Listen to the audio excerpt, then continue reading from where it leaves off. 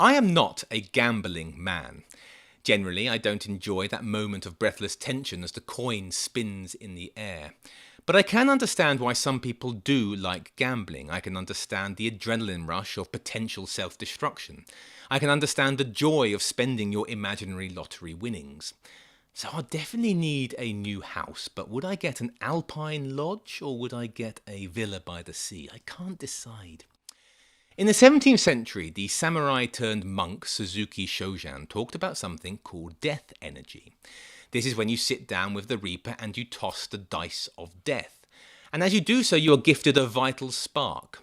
When you face down your own destruction and, ideally, you walk back to life again, you walk with a strut and wearing a leather jacket with the collar popped up.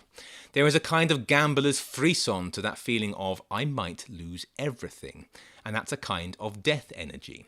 Fine, great, I am not one for that at all. I like to fantasize about my lottery winnings as much as the next bloke, but I am a risk-averse sort of person. Some boats are built for the buffeting storms of an ocean in a rage, and some boats, like mine, are built for the safe and peaceful shallows of a lapping shoreline. Gambling makes me anxious, and I just don't like being anxious. And yet, I am a compulsive gambler. We all are. In every minute of every day we are all gambling because the world is unpredictable and the people in the world are even worse. And so the art of living is getting used to uncertainty and to ignorance. Are we alone in the universe? Maybe. Are the laws of science an accurate reflection of reality? Maybe. Is there even such a thing as reality? Am I actually here in a room talking to a camera right now? Maybe. From the small to the big, from the trivial to the momentous, all of our beliefs are probabilities. And how much probability we need depends on who we are. We are all epistemological gamblers, and so this week we're going to look at the philosophy of how to gamble better with our beliefs. According to George W. Bush, there is an old saying in Texas, maybe in Tennessee too, that goes like this. There's an old saying in Tennessee, I know it's in Texas, probably in Tennessee, that says, fool me once, shame on you. If fool me, we can't get fooled again.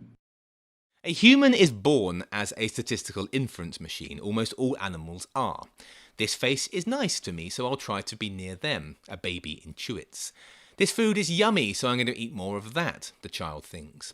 And as the good people of Texas, maybe Tennessee, know, this is never truer than when it comes to other people. When it comes to other people, we are constantly revising how much we should trust them. So how many good or correct things does somebody have to do or say before we call them trustworthy? How many bumbling fumblings are we willing to tolerate before we stop calling them up for help? A few weeks ago, I spoke with Massimo Pigliucci about his new book, How to Be a Happy Skeptic, and the full interview is available for paid Substack members. There is a link in the description. And Massimo introduced me to something that we'll call the Carneades Confidence Ladder. Carneades was an ancient Greek skeptic, and he argued that we can never be 100% certain about anything, and so we have to settle for what the Greeks called pithenon, which over the ages and via Latin has come to be translated as probability. The original idea was to do with our beliefs, so how certain are you that you have two hands? How certain are you that Costa Rica is in Central America? How certain are you that Martin Heidegger and Hannah Arendt were once dating? For Carneades and a lot of skeptics who came after, there are essentially four categories of pithenon. There are four levels of probability. The first is plausible. This is where something seems right, but you've not checked that much. For example, if the news anchor on TV tells you that there is flooding in the next city over. The second is convincing. This is where you have strong reasons for believing something. So maybe it's been raining torrentially for 3 days and floods are quite likely. Then you have coherence. This is when that belief agrees with most or all of your other beliefs. So that news channel is generally reliable, you know that rains cause flooding, you know that city always gets flooding when it gets bad, and so on. And finally, there is thoroughly explored. This is where you've done extensive investigation of the matter from multiple angles over a great deal of time. Darling, I'm off. I'm going to see if Whitney is actually flooded. Do you mind calling the Environmental Agency to check what they have to say? I actually think there is a version of this Carneades Confidence Ladder that could help us with other people. We can take this ancient wisdom and use it to help us identify who the most reliable people are in our lives. Who can we turn to for help? So I think the first level is actually quite instinctive because it comes naturally to almost all of our initial human interactions. And this is when we take somebody, what they say and what they do at face value. So if somebody seems trustworthy, we tend to assume they are trustworthy. If somebody says something confidently, we tend to believe them. If somebody gives us a piece of information, we usually think they're being honest.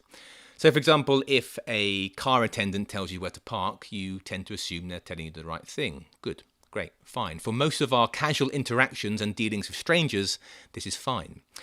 But for any relationship more than a 5-second flyby, we're going to need more than that. We're going to need coherence. And for this, we need to see them more often and we need to see them for longer. For example, if Ryan tells you 5 different versions of his breakup story every time you see him, that might be a cause for concern. If Susie tells you that she is a very kind and loving person and then she hits a pigeon with a stick when you're out and about, that might be a bit suspicious. In almost all of our trusting relationships, we need the other person to be consistent. Now, this doesn't mean they need to be predictable. In fact, I am very fond of a great many people I would describe as chaotic good on the Dungeons and Dragons alignment scale. But it just means that their words and their behaviours have to align with themselves over a period of time. But for our most important relationships, you have to have gone through some stuff together. You and that person have to have been tested and ideally in a variety of different settings. So when you were hungover, when you were ill, or when you were just feeling antisocial, were they still there with you? Were they still there by your side? When they were angry or upset or desperately sleep deprived, did they suddenly morph into some vicious gremlin who took pleasure in hurting pigeons? You told them a secret and they kept it. You asked them for advice and it was good. You said that you were fine and they knew you were not. From multiple angles, in many ways, over a great deal of time, this relationship has to have been tested and it has to have passed each time. Now, if I were thrown back to the year 200 BC, I think I would find myself more in line with the Epicureans than the skeptics, but is a fool who does not call on wisdom wherever it comes from, and so I think I will be using a version of the Carneades Confidence Ladder. Faces that popped up in your mind's eye, both good and bad. You could picture that unreliable, inconsistent, say one thing, do another kind of person in your life. But you could also picture the steadfast, the reliable, the tried and the tested friendships that you have.